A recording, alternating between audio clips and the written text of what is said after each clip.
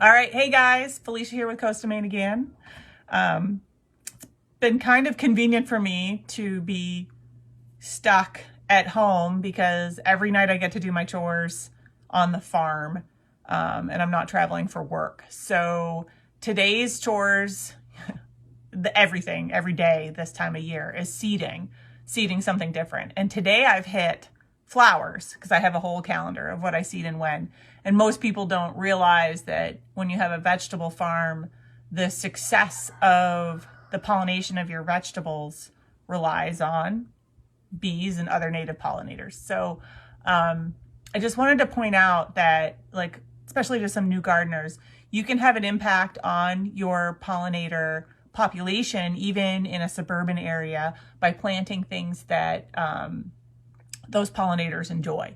So I have a whole list of things here. I've got bee balm, yarrow, a couple different kinds of yarrow, which is a perennial, which is nice. I plant that all over my property. Hyssop, buckwheat.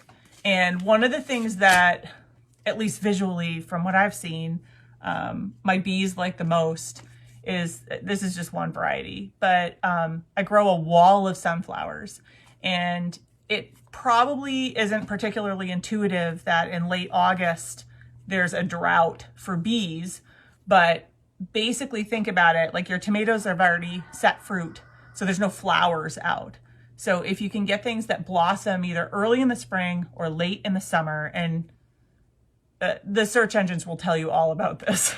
I don't need to lecture about what varieties, but anything that you can do to support your pollinator population around your garden will actually help with your vegetable production for things that need pollination. So don't forget our pollinator friends when you're seeding. Happy gardening.